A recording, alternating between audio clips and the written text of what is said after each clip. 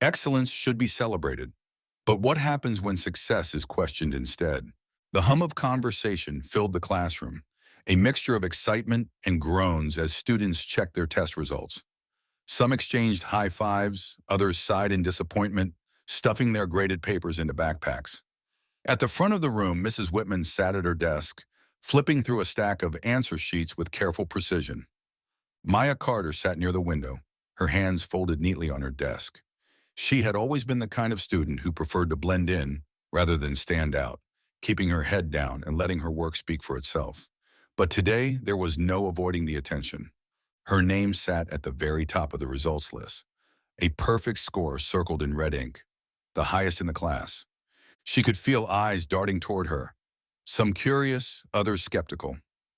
A few murmurs rippled through the room. "Maya got the highest score?" someone whispered. "No way, I barely passed," another voice chimed in, disbelief evident. If you're invested in this story so far, make sure to subscribe and turn on notifications so you never miss a video. Now let's get back to it. Maya straightened in her seat, swallowing the lump in her throat. She had studied for weeks, pored over every detail, triple-checked her answers. She knew she had earned this.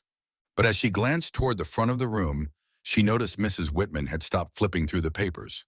The woman's gaze was locked on Maya's test, lips pressed into a thin line. Maya's fingers tightened around the edge of her desk. She had seen that look before, recognition, then doubt. Her achievement should have been something to be proud of. Instead, it felt like a spotlight she never asked for. The rustling of papers stopped. The low chatter in the classroom faded as Mrs. Whitman's eyes lingered on Maya's test. Something about the way her brows pulled together, the way she tapped her pen against the desk, sent a familiar chill through Maya's spine. "Maya," Mrs. Whitman finally said, lifting the paper between her fingers. "Can you come up here for a moment?" Maya's stomach twisted. She hesitated before standing, feeling the weight of a dozen curious stares as she made her way to the front of the room. She stopped in front of the desk, hands at her sides, waiting. Mrs. Whitman exhaled through her nose, tilting her head slightly as she studied Maya, really studied her. Then in a voice that was both soft and sharp, she asked, "Are you sure this is your work?" Maya blinked. "Excuse me?" "There's nothing wrong with asking," Mrs. Whitman continued, feigning a smile, though her grip on the test was tight. "It's just that your score is quite a bit higher than the class average." "A perfect score, Maya. That's impressive." Maya could hear the shift in tone now. It wasn't admiration, it was doubt. "I studied," Maya said evenly. "I worked hard for this." A few students chuckled under their breath. Others exchanged looks, sensing where this was going. Mrs. Whitman tapped the test against her palm, then set it down on the desk. "You understand why I have to ask, don't you?" she said, lowering her voice as if she was doing Maya a favor. "It's just unusual, a significant jump in performance. It would be irresponsible of me not to double-check." Maya clenched her fists at her sides. "I didn't cheat," Mrs. Whitman sighed. "Then you won't mind proving it." Silence settled over the room. Maya's chest tightened. "What do you mean?" "I mean," Mrs. Whitman said, "you'll retake the test, right now, here, under my supervision." A few students snickered. Others looked uncomfortable, shifting in their seats, but no one spoke up. Maya glanced at the test still sitting on the desk, the one she had already earned. Her throat felt tight, but she met Mrs. Whitman's gaze head-on. "Fine," she said, voice steady. "I'll take it again." Mrs. Whitman slid a fresh test onto the desk in front of Maya. The questions were different, more complex, more layered.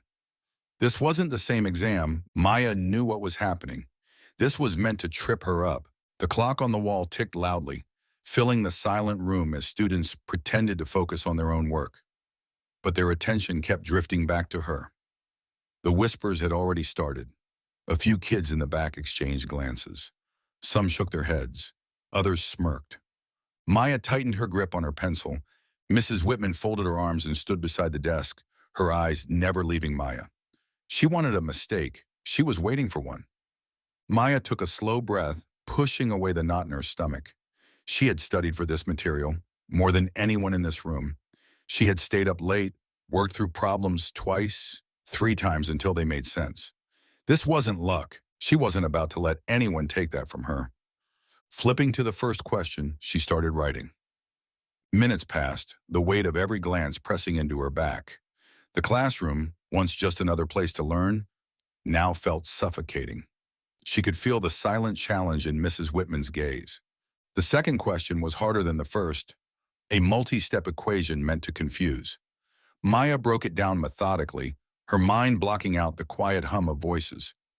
Mrs. Whitman shifted, moving just enough for Maya to notice. She was watching, waiting for hesitation, waiting for doubt to slip in. But Maya didn't hesitate. One by one, she worked through the problems, her pencil moving with steady precision. The air in the room changed. A few students started watching more closely, eyes flicking between her and the clock. 5 minutes left. Maya's heart pounded, but her hand didn't slow. She wasn't just finishing. She was proving a point. Mrs. Whitman snatched the test off the desk the moment Maya set her pencil down. Without a word, she strode back to her desk, flipping through the pages with a red pen poised in her grip. The classroom fell into an uneasy silence. Students exchanged glances, some curious, others uncomfortable. The tension was thick, hanging over them like a storm cloud. Maya sat still, her hands folded in her lap, her heart pounding against her ribs. She had done everything right. She knew she had. But that didn't mean Whitman would accept it.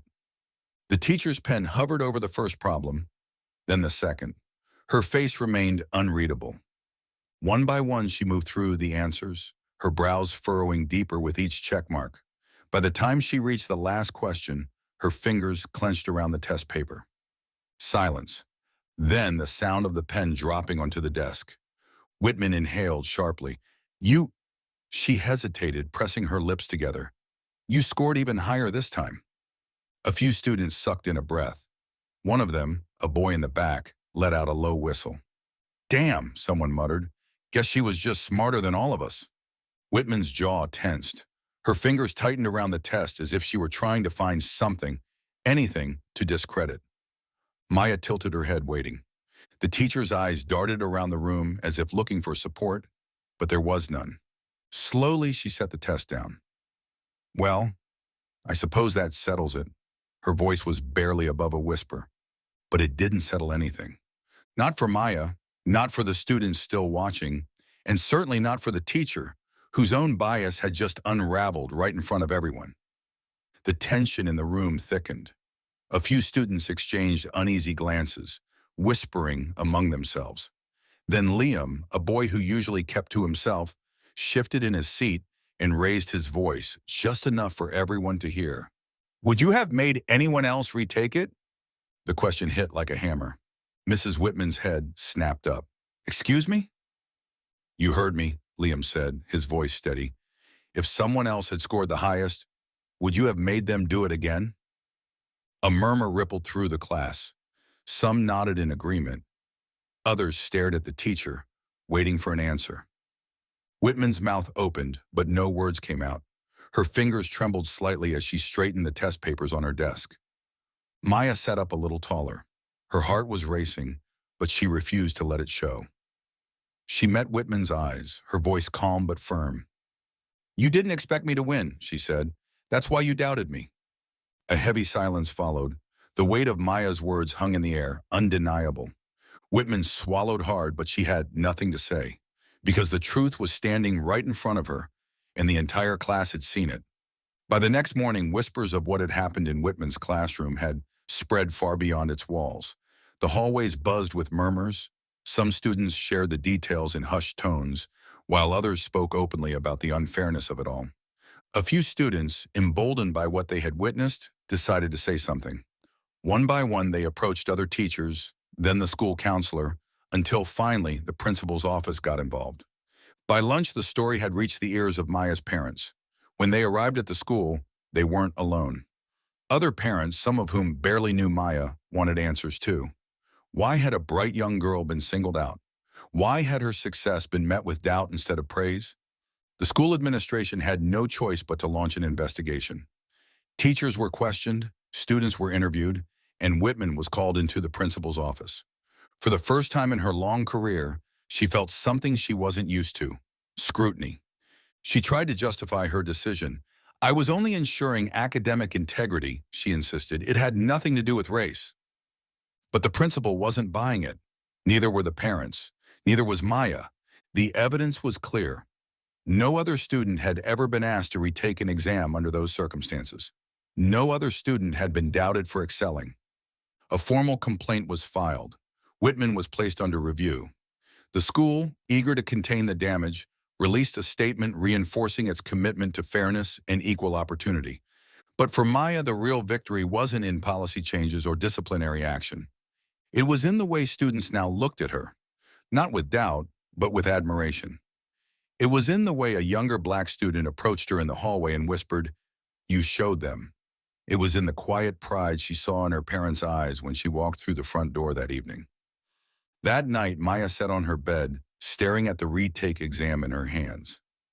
She had done everything right the first time, but it still wasn't enough for some people.